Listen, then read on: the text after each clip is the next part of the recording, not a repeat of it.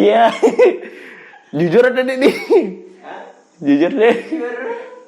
Masuk UB susah nggak? Masuk UB susah nggak? Oke, perkenalkan nama saya Hadi Ihwanul Fuadi dari Universitas Brawijaya, jurusan D3 Teknologi Informasi dan Komputer. Di UB ada 4 jalur masuk. Pertama SNPTN, mungkin kalian udah tahu, SBMPTN, Selma, Seleksi Mandiri, dan SMPV. Nah, sedangkan saya masuk jalur prestasi SMPV.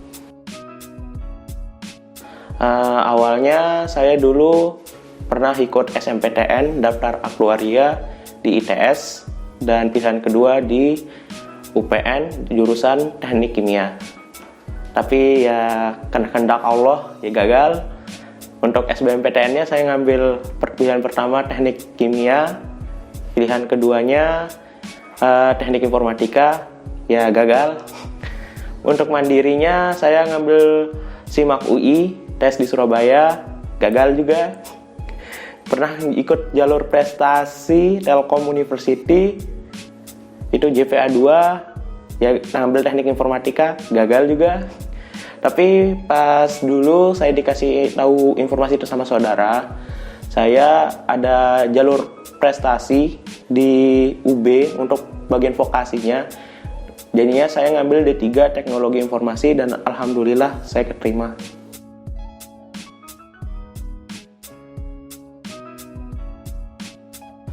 Saya milih UB ya sebenarnya kan saya pengen dulu SMPTN pengen ITS. Terus emang sih dari dulu saya pengen masuk UB tapi orang tua itu nggak ngasih ke Semarang, pilih ke Surabaya emang. Tapi ya kehendak Allah karena emang jalurnya dapatnya di UB, diterima di UB, ya nasibnya di UB. Saya di UB ngambil jurusan D3 Teknologi Informasi dan Komputer.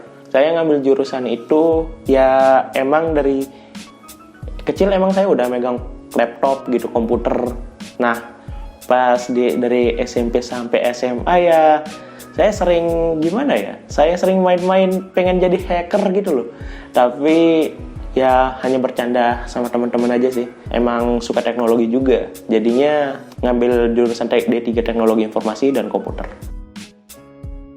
Di UB itu ada 5 prodi sama 15 bidang minat. Untuk di prodinya itu ada desain grafis, ada keuangan dan perbankan, ada manajemen perhotelan, ada administrasi bisnis, dan teknologi informasi.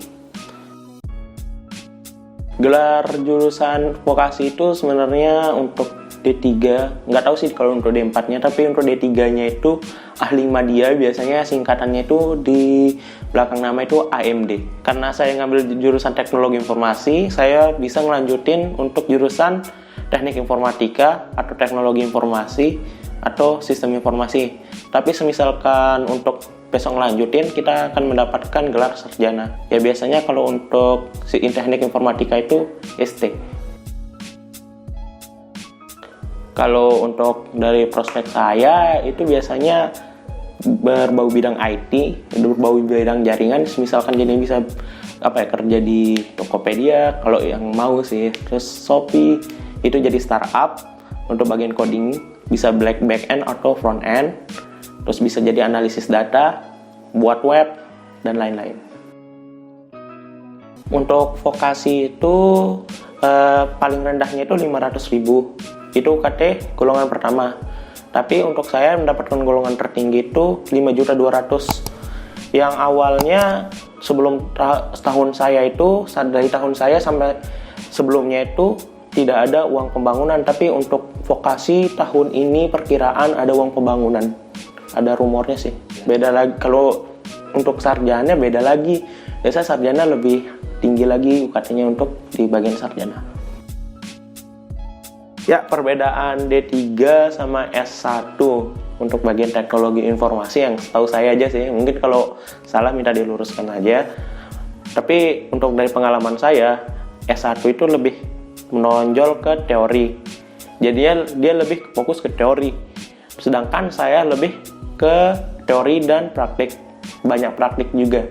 Jadinya untuk selama pengalaman saya kuliah, saya lebih banyak praktik, jadinya lebih diajarin ke praktiknya oleh dosen. Jadinya saya udah tahu gimana keluasan untuk bagaimana di jurusan saya ini.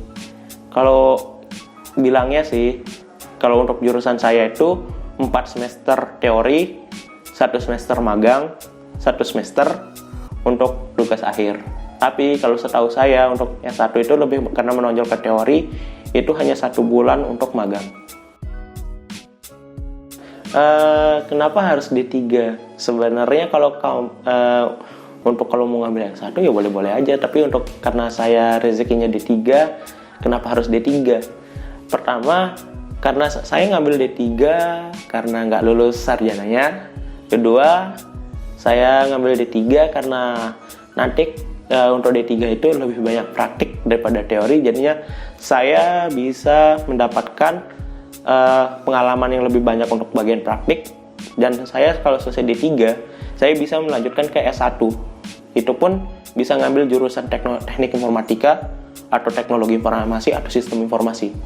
Jadinya bisa lanjut. Jadinya kalau misalkan udah lulus dari pas lanjutan sarjana, saya punya 2 gelar, yaitu AMD dan sarjana yang saya lanjutkan tersebut. Iya. Jujur tadi nih. Jujur deh. Masuk UB susah nggak? Masuk UB susah nggak? Sebenarnya saya nggak tahu sih, tapi ngelihat pengalaman dari tahun ini sama tahun kemarin, ya sepertinya susah.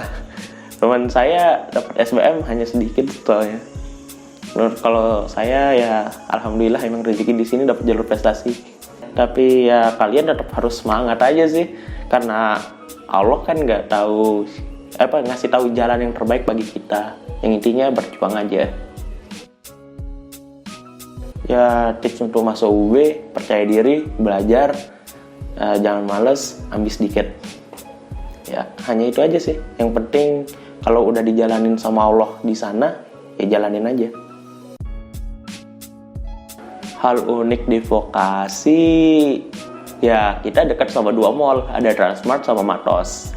Terus mungkin di vokasi sendiriannya sih yang ada di luar gerbang. Jadinya bisa dibilang ada kayak royalitasnya vokasi itu ALG, anak luar gerbang.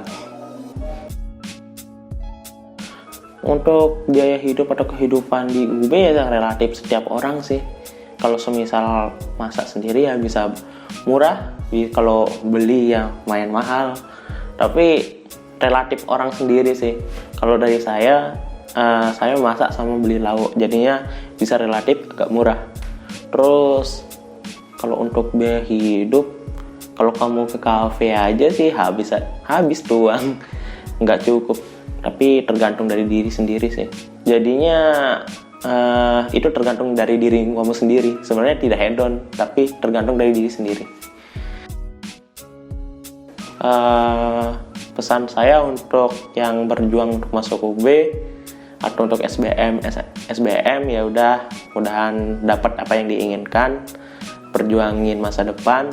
Ini sekali seumur hidup, jadinya maksimalkan untuk berjuang di UTBK bulan depan. Jadinya tetap semangat ya.